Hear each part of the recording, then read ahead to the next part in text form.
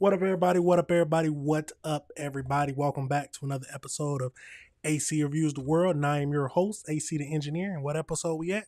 We're at episode 115. And it is the end of the work week. At least for me it is. But it is Friday, January 23rd, 2026, year of our Lord. Hopefully everybody had a beautiful day today. It is just after a little 6:15. Started slightly later today. Just because why not? But you know, this is the greatest afternoon show in the world. At least that's how I feel. You ain't got to feel the same way. But hopefully everybody remember to hit that like button, hit that subscribe button, and hit that notification bell so you can be up to date on all the videos. Like always, drink your water. Oh yeah, drink your water. But you know how the show works. We got 4 topics that we need to discuss. 4 crazy things that popped up on my recommenders that I felt that we needed to bring to the public and have a review session about. Remember, y'all, if you ever disagree with anything I say, please leave a message or a comment and let's talk about it. Let's have a discussion. That's what's wrong with the world now. People ain't talking. People ain't talking enough. But you know why we do this show? You know why I do this show? It's because there are things that we need to review and think about and see so we know how to move forward and maneuver in this world. But today, like always, we got 4 different topics we're going to go over. And the first topic we're going to go ahead and jump into is, I don't know, you've probably seen it. I don't know if you have or not, but we got an Olympic snowboarder turned kingpin. So yes, it looks like we got an Olympic snowboarder, Ryan Webbing. I might be saying his last name wrong, but he was arrested by the FBI talking about he's some kind of drug kingpin. So let's get over into that and see what we're talking about, see what we think about it.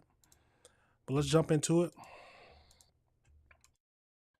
and see what we can figure out.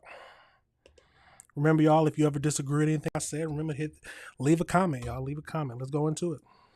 Breaking news, the FBI just announced a break in a case involving a former Olympic snowboarder. Canadian Ryan Wedding is accused of running a major international drug trafficking network. He's been on the run for years now, landing him on the FBI's most wanted list. But federal officials now say he's been arrested. Take a listen. My name is Captain Talon, Director of the FBI. Today we are here because of President Trump's incredible leadership and commitment to supporting law enforcement across the country and around the world. We are here today to announce another record historic achievement because of law enforcement partnerships across America and across the globe come together to fight crime in all corners of the earth. Today, we are announcing a capture of another FBI's most wanted top 10 fugitive, Ryan Wedding. That makes 6 top 10 FBI captures in 1 year alone. To put that in perspective, that's 2 more than the entirety of the prior administration. And none of this would be possible without the tremendous leadership of Attorney General Pam Bondi and the Department of Justice and our partners and prosecutors at the United States Attorney's Office here in LA and our Los Angeles field office. Here you'll see many of our brave partners, including the Commissioner of the RCMP, Chief of Police of LAPD, our LA field office, ADIC, along with our partners from DEA and CBP and more. This is what a united front looks like. And just to tell you how bad of a guy Ryan Wedding is, he went from an Olympic snowboarder to the largest narco trafficker in modern times. He is a modern-day El Chapo. He is a modern-day Pablo Escobar. And he thought he could evade justice. But these brave men and women put together a prosecution package, put together an investigative package, put together an operations strategy, and here we are today bringing him to justice for trafficking hundreds of kilos of cocaine and also for the murder of innocent civilians. This individual and his organization and the Sinaloa cartel poured narcotics into the streets of North America and killed too many of our youth and corrupted too many of our citizens. And that ends today. I also want to have a tremendous shout out to the government of Mexico. President Sheinbaum, Secretary Harfuch, and the military and law enforcement officers in Mexico worked hand in glove with our teams on the ground there to apprehend last night in Mexico City, Ryan Wedding. I was privileged to be there on a previously planned trip, and this was a great operation that came together through interagency success because no one behind me and to the side of me cares about credit. They care about putting away the bad guys and safeguarding our communities. That is the leadership that President Trump has brought to the presidency. That is the support that he has brought to law enforcement from coast to coast. And I just can't say how thankful I am to be a small part of this and lead the FBI. These men and women do the hard work. When you go after a guy like Ryan Wedding, it takes a united front. And that's what you're seeing here. You're seeing global partnerships from coast to coast. I want to give a special shout out to our ambassador in Mexico. Ambassador Ron Johnson quarterbacked this effort for us from Mexico for a year plus. As soon as he got to post at our new embassy compound there, he made this a priority and he came through. This is what leadership looks like. And this is a historic 2025 year the FBI is having. To put it in perspective, the FBI has had 67,000 arrests this year alone. That is a 200% increase. The FBI has captured 6 of the top 10 most fugitives on our board. The FBI has also seized enough fentanyl to kill 150 million. Now, I want to hear more about all of these historic records. Ryan. The relentless efforts to safeguard our communities by Attorney General Pam. State and local law enforcement. This work is not possible. Our LA field office. And on the FBI. All right, let's go live now to CBS News senior coordinating producer Anna Schechter. Anna, thank you so much for your time today. We were just listening to FBI Director Kash Patel there about the arrest of Ryan Wedding. What else can you tell us about that case? This is a fascinating case. He's been on the FBI's most wanted list, and what Kash Patel is alleging is that he was actually smuggling hundreds of thousands of tons of cocaine as a member of the Sinaloa cartel. So when I read that this morning, I mean, that is bonkers. So this is a Canadian former pro snowboarder. He was like 24th in 2002, so not exactly, you know, a gold medalist, but still a former Olympic athlete from Canada who had been living in Mexico for years, helping to run drugs originally from Colombia through Mexico up into California and spreading out into the rest of the United States and into Canada. So obviously this is a big win for the FBI. You've heard they're thanking the Mexican officials. He was arrested last night in Mexico City. You can just imagine the special forces that were involved in that arrest. It appeared to be relatively quiet. We haven't seen any video or images of that. But obviously a very well-coordinated takedown. There have been a lot of resources put to this case, and he was only just now, last night, arrested. He's being transported to the U.S. to face justice. This is also a big deal for Canadians. This is a Canadian citizen. You see there the FBI most wanted flyer that's been pushed out by the FBI. The reward for him had been up to $15 million. That is a huge number, even for somebody on the FBI most wanted list. So this is a big day for the FBI, and it'll be interesting to see how the United States justice system plays out in this case, how he pleads, and if it actually does go to trial or if he takes a plea deal. All right, we shall wait and see. Anna Schechter, as always. Crazy situation. Let's go over to this next video, see if it tells us a little bit more detail. But after that, we'll get into the AI breakdown. Big story here, fascinating story. The FBI has captured a suspect on its top 10 most wanted list. He was just brought back to the United States from Mexico. Gigi Graciette is at Ontario International Airport with the details. That's right. It's official. Ryan Wedding is now in the custody of the LAPD. He arrived there on that government plane at 7:53 here at the Ontario airport, directly from Mexico City, where he was arrested. Ryan Wedding, whose aliases include El Jefe, the boss, Giant, and Public Enemy, was arrested last night just outside Mexico City. The former Olympian turned accused drug kingpin and murderer had been on the FBI's most wanted wanted list with a $15 million reward offered for his capture.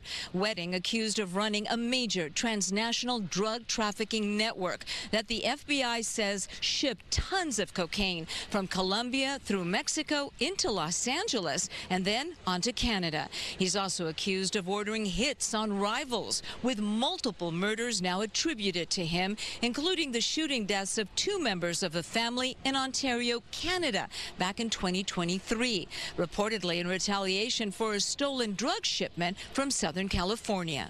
This has been a coordinated, intelligence-driven investigation into Wedding's global drug trafficking organization, which used Los Angeles as its primary point of distribution. Our collective efforts led to the seizure of more than 2,300 kilograms of cocaine, 44 kilograms of methamphetamine, 44 kilograms of fentanyl, 8 firearms, and over $55 million in illicit assets. And while they're not releasing details of how Wedding was captured, sources tell us the FBI, working closely with Mexican authorities and the DEA, have been hot on Wedding's trail for over a month. In December, officials got one important step closer to him when they seized his motorcycle collection in Mexico. The 62 motorcycles said to be Wedding's prized possessions, valued at $40 million. In addition to the motorcycles, authorities also confiscated drugs, including cocaine, meth, and fentanyl, artwork, Wedding's custom Mercedes-Benz valued at $14 million, and 2 Olympic medals. Again, no. They was taking everything he had. They was looking for all his money. Jesus. But he was dealing with cocaine, meth, and fentanyl. Olympic snowboarder. What made him? Did he just fall off? Not making enough money for him? So he turned to being a drug kingpin? Let's keep going. Details of how Ryan Wedding was actually taken into custody in Mexico. And the FBI won't say if anyone will be claiming that $15 million reward. He will be booked in Los Angeles and is expected in federal court in downtown Los Angeles on Monday. In Ontario, Gigi Graciette. This story is just like so fascinating. There's so many. There will be a movie. Yeah. No doubt. It sounds like a movie. And so many families and people involved in this. It was a big crime web. Yes. You know, and he was the leader, allegedly. For a long time. Yeah. But I'm reading about him. His grand. This is crazy. Let's get over into the AI breakdown and see what else we can find out. So, like they said, Ryan Wedding, a former Canadian Olympic snowboarder who was arrested. He competed in Canada in the 2002 Winter Olympics in Salt Lake City, Utah, where he finished 24th in the men's parallel giant event. So let's see. He won a bronze medal. He won a silver medal. So let's get over into his criminal crimes because that's what the main thing we care about. After his competitive career ended, authorities alleged that Wedding became involved in a large-scale drug trafficking and orchestrated multiple murders. He was added to the FBI 10 most wanted fugitive list in March of 2025 with a reward for his capture eventually increasing to $15 million. Officials compared him to the notorious drug lord Pablo Escobar and El Chapo. He was arrested yesterday and is facing numerous charges in the U.S., including conspiracy to distribute cocaine, running a continuing criminal enterprise, and murder. So do we know what led to his downfall from the Olympian to alleged drug kingpin? So his transition from professional athlete to alleged drug kingpin was marked by his early brushes with the law, and significant prison sentence that reportedly expanded his criminal network and decades as a high-level fugitive protected by a major cartel. So following his 24th place finish in the 2002 Olympics, his athletic career stalled. He moved to Vancouver, began working as a bouncer at a local nightclub, a role that reportedly introduced him to the city's drugs underworld. During this period, he also began financing real estate through illegal marijuana growth ops. In 2006, Canadian police raided a property linked to him and seized 6,800 marijuana plants, though no charges were filed at the time.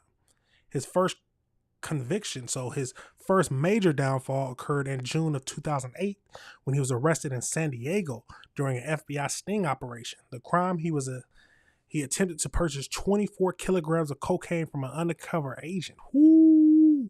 As part of a Vancouver-based trafficking group. He was convicted in 2009. He was sentenced to 4 years in federal prison in 2010. While incarcerated, he reportedly expanded his contacts with the international traffickers. He also married an Iranian-born businesswoman behind bars in 2011, though they later separated. Upon release in December 2011, authorities alleged that he did not reform, but instead founded Weddings drug trafficking organization. He began collaborating with the cartel to move massive quantities of cocaine from Colombia through Mexico into the U.S. and Canada. He became a permanent fugitive after being charged with the new drug offenses in 2015. He spent the next decade hiding in Mexico, allegedly under the protection of the cartel, while overseeing an operation that moved estimated 60 tons of cocaine annually. His enterprise became increasingly violent, allegedly orchestrating murders for retaliatory murders, including a November 2023 mistaken identity killing of an innocent family. Ooh. In January 2025, he allegedly orchestrated an assassination of a federal witness in Colombia to prevent testimony against him. Oh yeah, he's a real kingpin. Following his addition to the FBI 10 most wanted list in March 2025 and a reward increasing to $15 million, he was finally apprehended in Mexico City yesterday. He surrendered at the U.S. Embassy after weeks of interrogations and was flown back to the United States to face multiple light sentences. Eligible charges. Ooh, yeah, he a kingpin, all right. He is a kingpin. So his career started as an athlete and worked as a bouncer, got into drugs, and spiraled from there. Wow. Absolutely crazy situation, y'all. Let me know your thoughts on that situation. Let me know how you feel about it. Do you consider him the next El Chapo or the next? They called him. They gave him El Chapo, and they said Pablo Escobar. Do you consider him to be comparable to the notorious drug lords El Chapo and Pablo Escobar? What are your thoughts, y'all? What are your thoughts on that whole situation? It's a crazy thing, but hey. He knew what he was getting into, and he knew the possible consequences. So he might spend the rest of his life behind bars, or he might turn into an informant. That's another opportunity for him. He could become an informant for the FBI. That's probably what they're going to try to do, and get him to rat on the cartel.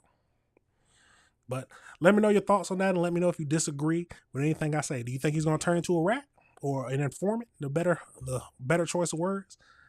It's a crazy situation, y'all. But let me know your thoughts. But we're going to pivot over into the next topic we're going to be discussing today. We got to go into some more ICE stuff. What they're saying, ICE detained a 5-year-old boy. They're saying that ICE detained a 5-year-old boy and used him basically as bait to get his parents. That's a crazy statement. But let's get over into it, because we can't just go off of one thing. We got to listen to multiple people explaining what's happening.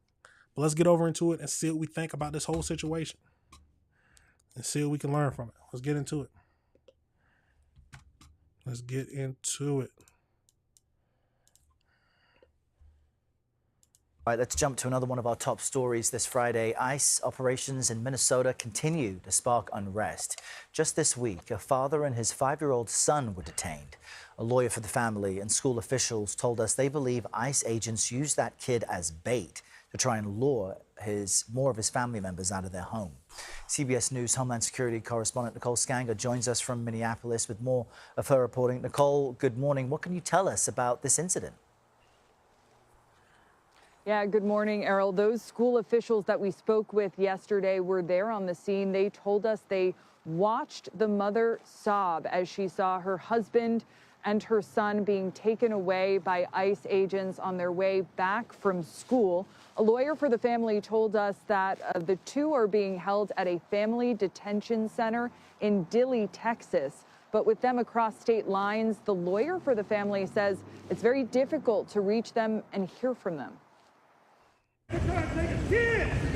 More than half a dozen federal agents were seen on cell phone video Tuesday surrounding this 5-year-old boy wearing a bunny hat and a Spider-Man backpack. Liam Ramos was taken into custody along with his dad, Ecuadorian asylum seeker Adrian Alexander Conejo Arias.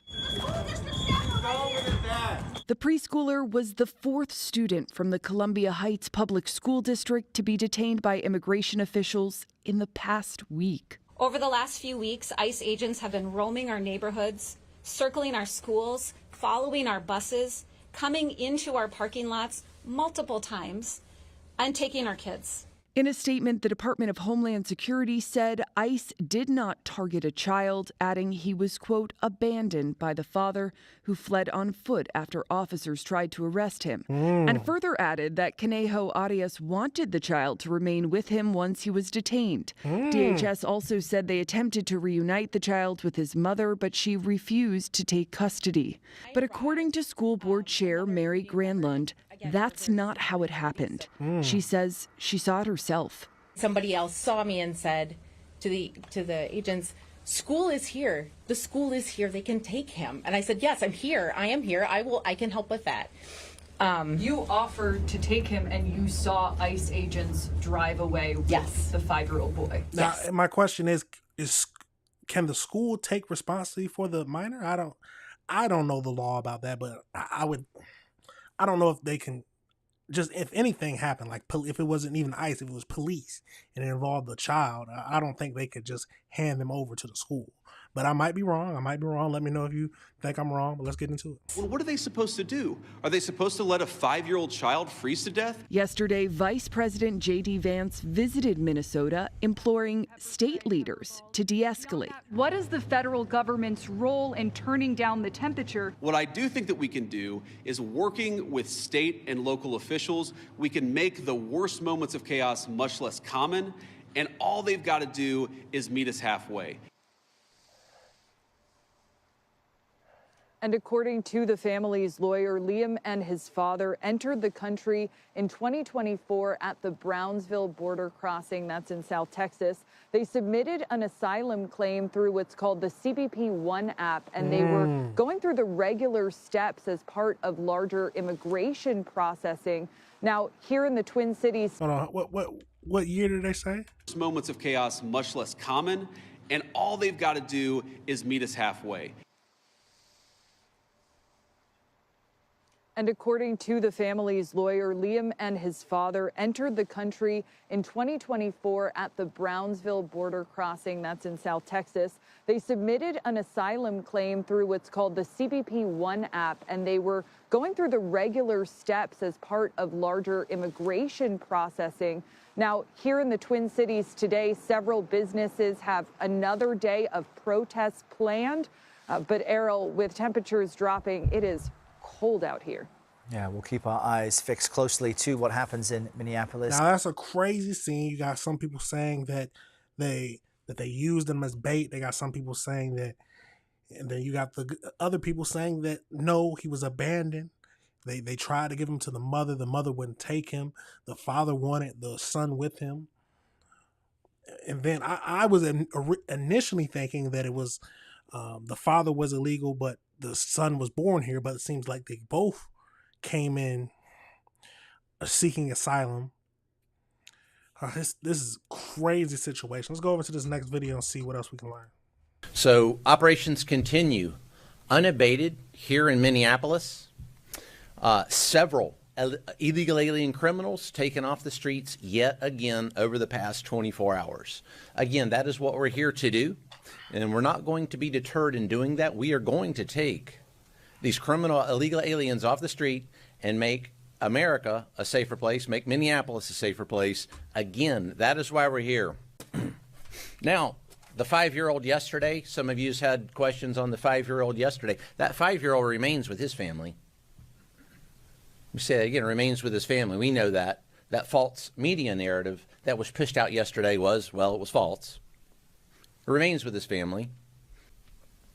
So, as we continue this mission here in Minneapolis, we will continue to take these bad people, bad things off the streets, despite the DSP, the double standard phenomena, despite the false narrative reporting by many news media outlets.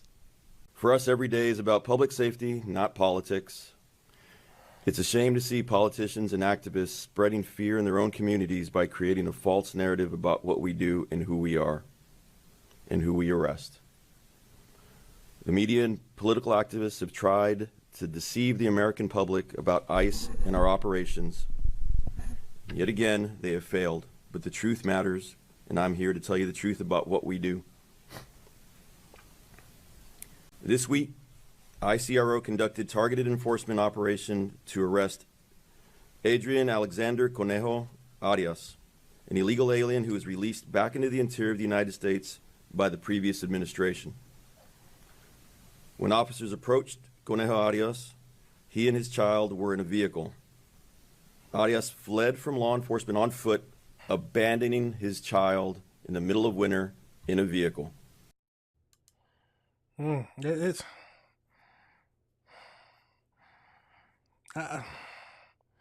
no matter if he truly did what the officer said he did, and he ran away and left his child, that's a crazy situation. It's a crazy situation, and if the mother wouldn't take them, and they definitely could, I don't think they could have released them to the school. I don't see any other thing that they could have done. Now, tell me if you think that they're lying about this whole situation, if they're leaving some parts out. Let's hear the Homeland Security Committee hold a hearing on this. Let's go over into it. We'll fast forward some so we can get over to right when they start talking about this whole situation. Fast forward to about there. What was it, 30? There. They detained a 5-year-old. A 5-year-old. And then used that 5-year-old. You might not be able to see it. This is him. This is Liam Ramos, 5 years old. Detained him, used him as bait to lure his family members out of their home. Then they shipped him to a detention facility 1,000 miles away, 5 years old. In city after city, CBP Commander Greg Bovino has strutted around spreading terror. LA, Chicago, Charlotte, New Orleans, Minneapolis. This Congress must take immediate action to rein in the outrageous abuses we're seeing by ICE and CBP officers. We need to end the masking, end the secret police, require use of force standards and enforce them, and withdraw the thousands of federal agents from Minnesota. And Secretary Noem and the leadership of these agencies must be held accountable for the egregious abuses that we've seen. Ms. Sabatino, I have a 5-year-old. I dropped them off at preschool this morning. I won't ask you if you have children. It's not my business, not the committee's business. You have had an honorable career in law enforcement. You're highly trained. You've been a leader in your field. I just want to ask you a simple question. Were you ever trained to use a 5-year-old in a law enforcement operation in the way that Liam Ramos was used? Were you ever trained to use a 5-year-old as bait to get his family members to open the door? Were you trained to do that, and would you countenance one of your officers doing that? I'm not familiar with that. I'm not asking you about this situation. I'm saying, were you trained, and would you allow a child to be used in a law enforcement operation? Would you allow your officers to do it? I'm not familiar with that case. It's not part of our training. What would you do if one of your officers at a port of entry perhaps did that? Used a 5-year-old to get their parents or a family member to open their car door? Is he trying to, because it sounds like he doesn't want them to say that this is the situation, or he could be working a way around it. Because I'm assuming he can't say that because he doesn't officially know that. But he could know something that I don't. Y'all could have heard something that I don't. Let's keep going. What would you do to one of those officers if they used a child in a law enforcement operation like that? Any allegation of unprofessional behavior or use of force would be investigated by the appropriate third party. Okay. I yield back, Mr. Chairman. It's a crazy situation how you look at it.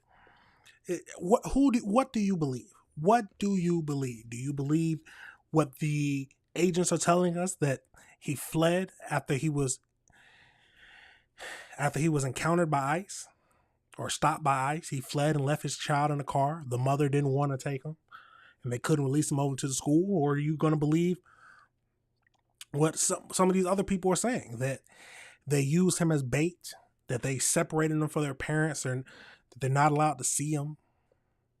What are your thoughts, y'all, on this whole situation? And tell me how you feel about it. Am I missing something? What is the problem? Because if it's how they said it is, I can understand it. They can't just leave a 5-year-old to themselves, and I don't think that they can just release him to the school. But I might be missing something. Let me know your thoughts on that whole situation, y'all. Let me know if you disagree with anything I said. It's a crazy situation, no matter how you look at it. It's sad, too. Very sad. But end of the day, we got to be honest, the parents, no matter if they were left or not, put them in this situation. At least that's my feelings. But let's go over into this next topic we're going to be discussing today. More children and more crazy things that happen in the world. We got a middle school fight that leads to chemical burns. Yes, I said it. Middle school fight. Fights are understandable as for children. At least that's my thinking. But a fight ending in chemical burn at a middle school too? That's a crazy situation. Let's get over into it and see what we can learn from it and see exactly what happened. We're going to start with a pretty tragic, compelling story out of Villa Rica. A middle school fight has led to allegations of bullying and has put one child in the hospital with severe burns. Kevin Stewart joins us live from Villa Rica, where this all unfolded over the weekend. And Kevin, this just sounds like a nightmare. Yeah, this is tough. And fortunately, I can tell you that 14-year-old is back at home. She's no longer in the hospital. She ended up going to Tanner Medical Villa Rica and then down to Grady. And they were told, her family was told, that she had 2nd and 3rd degree burns. This is a fight that, well, kind of an old school fight.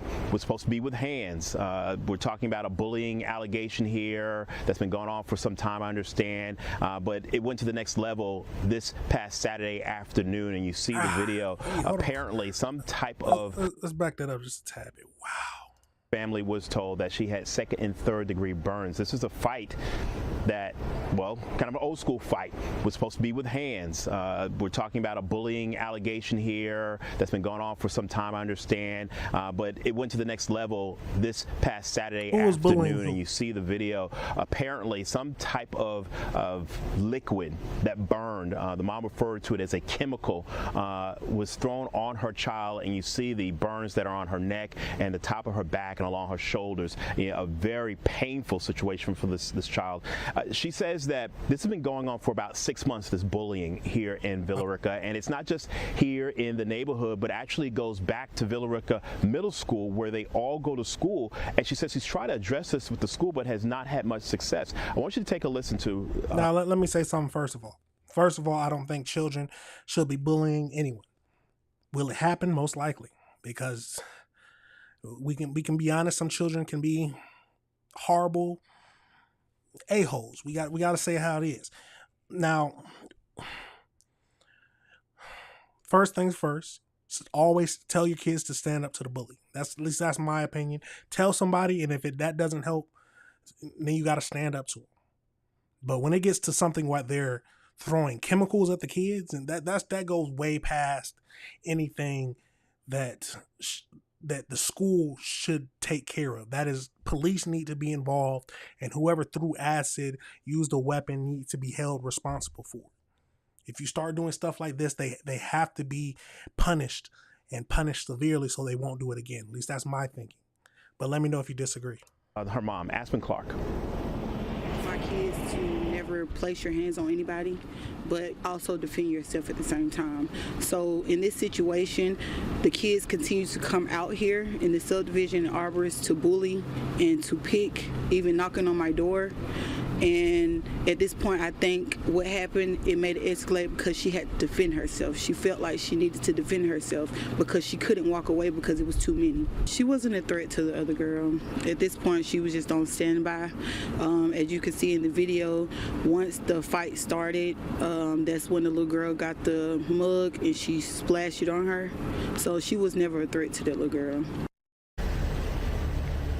All right, now Hold on. again. I gotta hear that. I gotta hear her explanation one more time. My door, and at this point, I think what happened, it made it escalate because she had to defend herself. She felt like she needed to defend herself because she couldn't walk away because it was too many. She wasn't a threat to the other girl. At this point, she was just on standby. As you can see in the video, once the fight started, that's when the little girl got the mug and she splashed it on her. So she was never a threat to that little girl. So I'm confused. Was the girl were they jumping one girl and the other girl who was getting jumped splashed the acid on her? Or did they were jumping the one girl and one of the person in the group splashed the girl who they were bullying? I'm a little confused. All right, now that, again, what was in that mug, some type of chemical, she alleges. She says that based on what medical personnel told her at 2 major hospitals in our area. So this is something that we're going to continue to follow. We've checked back with police. I'm assuming that the one being bullied is the one who got the chemical splashed on her. Actually have obtained video that's been circulating on social media. Maybe you've seen it. The mom was shown that video and she forwarded that over to police and they are investigating. But again, this is a story that we will continue to follow. Ariel?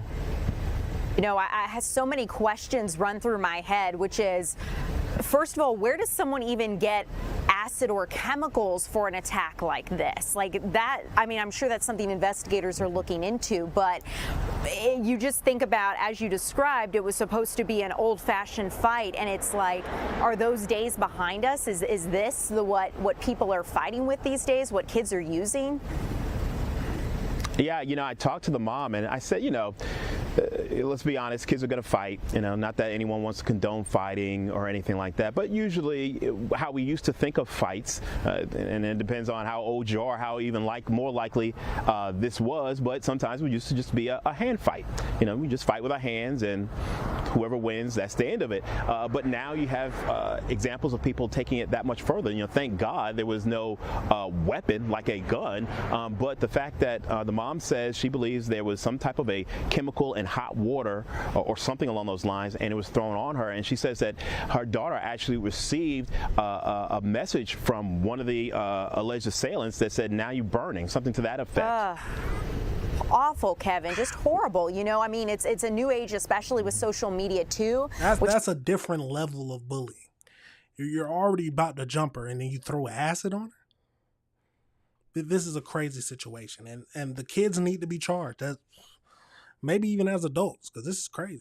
Makes all of this the more insidious. Yeah. And you know, the idea that there's a video circulating on social media potentially of this attack that the mother was able to find and see. I mean, it hurts my heart that that's a part of the equation, but maybe this video will give some clues as to who's responsible for this.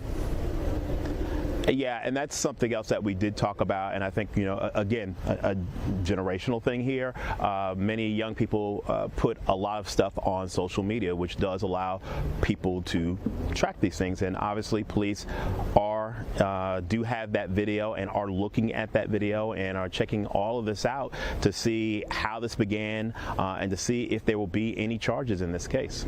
And Kevin, you said that no one has been arrested for this just yet, but investigators are looking at it. That's right. That is right. And the mom voiced concerns about bullying to her school district.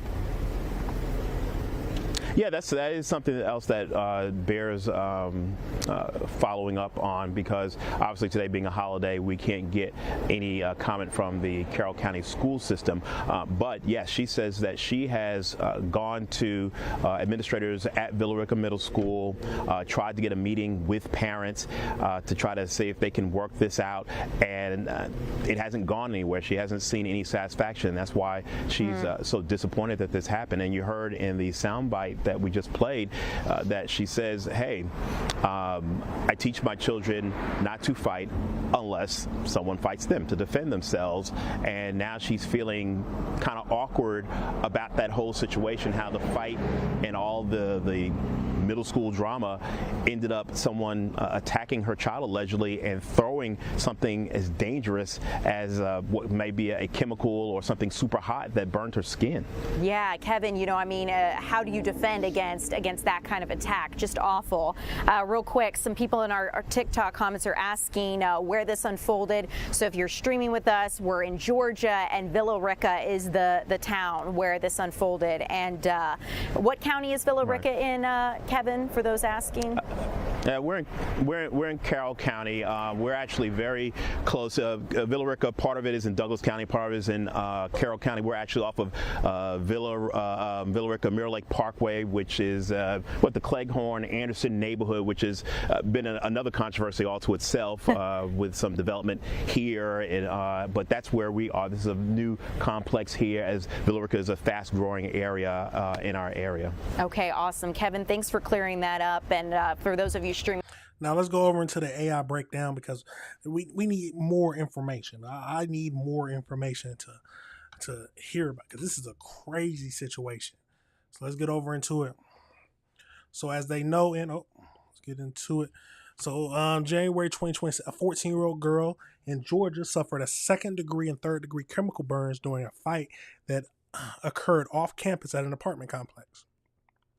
During the physical altercation on Saturday, January 17th, 2026, a third party allegedly threw a liquid described as boiling water mixed with some kind of unidentified chemical from a Stanley-style cup or a mug onto the victim's back and neck. The victim was treated at the Memorial Hospital, where the doctors confirmed that her skin had begun dissolving upon contact. Medical staff noted that if the liquid had hit her eyes, she would have likely been blinded. So the victim's mother stated that the assault was the accumulation of 6 months of persistent bullying at the middle school. She reported having met the school counselors and officials multiple times prior to this attack without resolution. So that sounds like a lawsuit. To me, that sounds like a lawsuit. And because how do I come and tell you that my child is getting bullied, and I meet with you I'm assuming several times, multiple times, but nothing gets done? No stop gets put to it, and now my daughter is severely burned? Nah, that's a lawsuit. So let's say the police department is investigating the incident using a social media video footage of the fight. Authorities indicate that those involved could face charges of battery and aggravated assault. The Carroll County, the school released a statement acknowledging the off-campus incident and confirmed they are cooperating with law enforcement. I'd like to know specific what actions the school takes to address. That's a good question. What actions have the school taken to address the bullying allegations? So following the incident where the students suffered chemical burns, the school responded to the bullying allegations through an official statement and interagency cooperation. The victim's family, however, claimed that prior attempts to resolve the issue at school was unsuccessful. So the school system issued a statement confirming that they are working closely with the police department to investigate what happened involving the middle school students. Beyond the chemical inquiry, the criminal inquiry, the stated that they're conducting this own investigation into the events leading up to the off-campus investigation. The school officials emphasized that their commitment to having a safe campus community. So let's see. Despite the school's response after the inquiry, the victim's mother has allegedly that the school has failed to prevent an act on previous warnings. She reported that the school 3 to 4 times in the 6-month period to discuss persistent bullying. Clark stated that she met with the school counselor and attempted to arrange a meeting with the other students' parents, but the school officials did not facilitate these resolutions. The family contends that the assault through the off-campus was escalating of months of unaddressed bullying at the school. So yeah, this is a lawsuit. This is a big fat lawsuit. And then it needs to be some kind of criminal actions too. Because there's no way you need to get away with throwing chemicals at someone and burning someone. I don't care how big boy, I've said this plenty of times, big boy crimes need big boy time or big girl time. It might be a girl. I'm assuming it's a girl who threw this on another girl. But big girl crimes need big girl time. Simple as that. Simple as that. But let me know your thoughts on this situation, y'all. Let me know how you feel about it. Do you think the school needs to be sued for this kind of actions? I'm thinking they need to be, because that's crazy. How would you feel if your daughter was bullied constantly and then the school didn't do anything about it? And then at the end of the day, they end up throwing acid on your baby. And if it went into her eyes, it would have blinded her. Absolutely crazy situation, y'all. Let me know your thoughts and let me know if you disagree with anything I said. We're going to pivot over into the last topic we're going to be discussing today. And it's more stuff that makes you lose faith in humanity sometimes. We got $23 million homeless scam. It looks like a charity one of the charity bosses it looks like he was involved in a $23 million homeless scam, which sounds crazy to even think about. But let's get over into it and see what we can find out about this whole situation. And then, of course, we'll go into the AI breakdown after this. A director from Westwood has been arrested after federal authorities say he stole millions slated to help the homeless. They say he lined his pockets instead. KTLA 5's Corrine Winter live in the newsroom with the details. Corrine.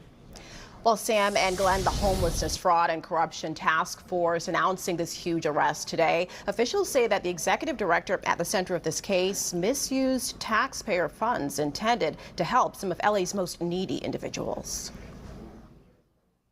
He's accused of living the high life to the tune of $23 million instead of using public and taxpayer funds to help the homeless. That's according to federal and local officials who this morning arrested 42-year-old Alexander Sufer of Westwood at his multi-million-dollar home. He lied to investigators when confronted. He provided fake invoices to make it appear that the payments to third vendors were legitimate. They were not. Sufer is the executive director of the charity Abundant Blessings and was given tens of millions of dollars in funds between 2018 and 2025 to feed and house roughly 600 individuals across the greater LA area. That meant providing 3 nutritious meals a day. Instead, the assistant U.S. attorney Bill Asaley alleges Sufer gave them this microwavable ramen. This is what he was providing ramen noodles and a microwave.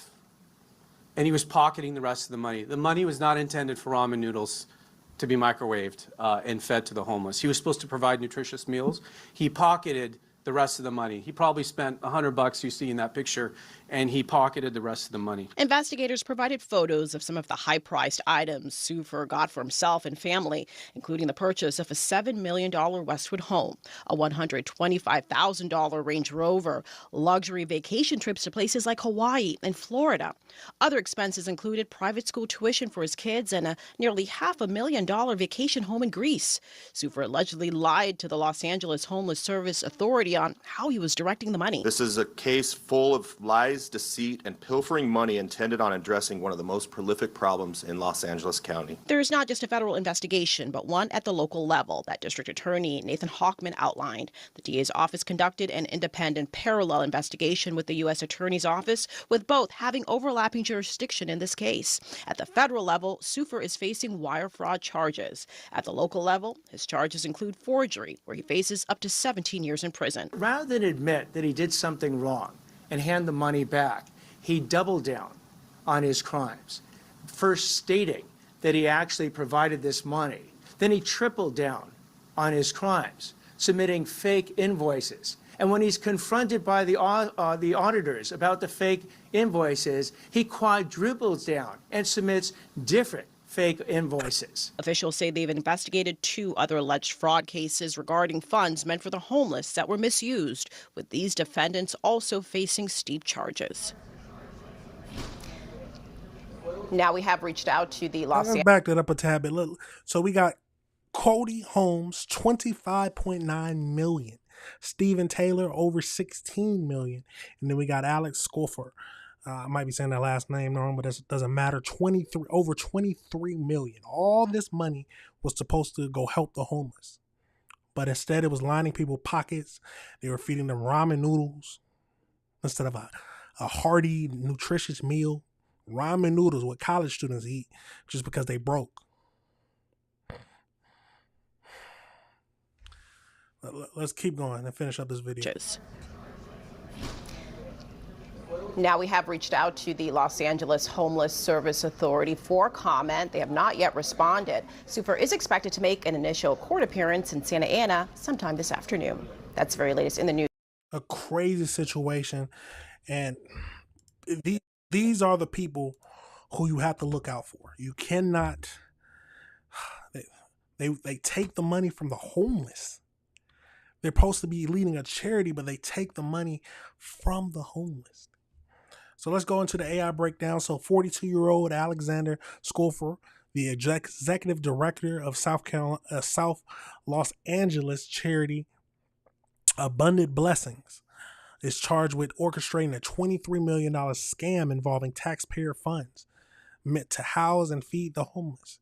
Between 2018 and 2025, the nonprofit received over $23 million in public funding from the Los Angeles Homeless Service Authorities and other sources.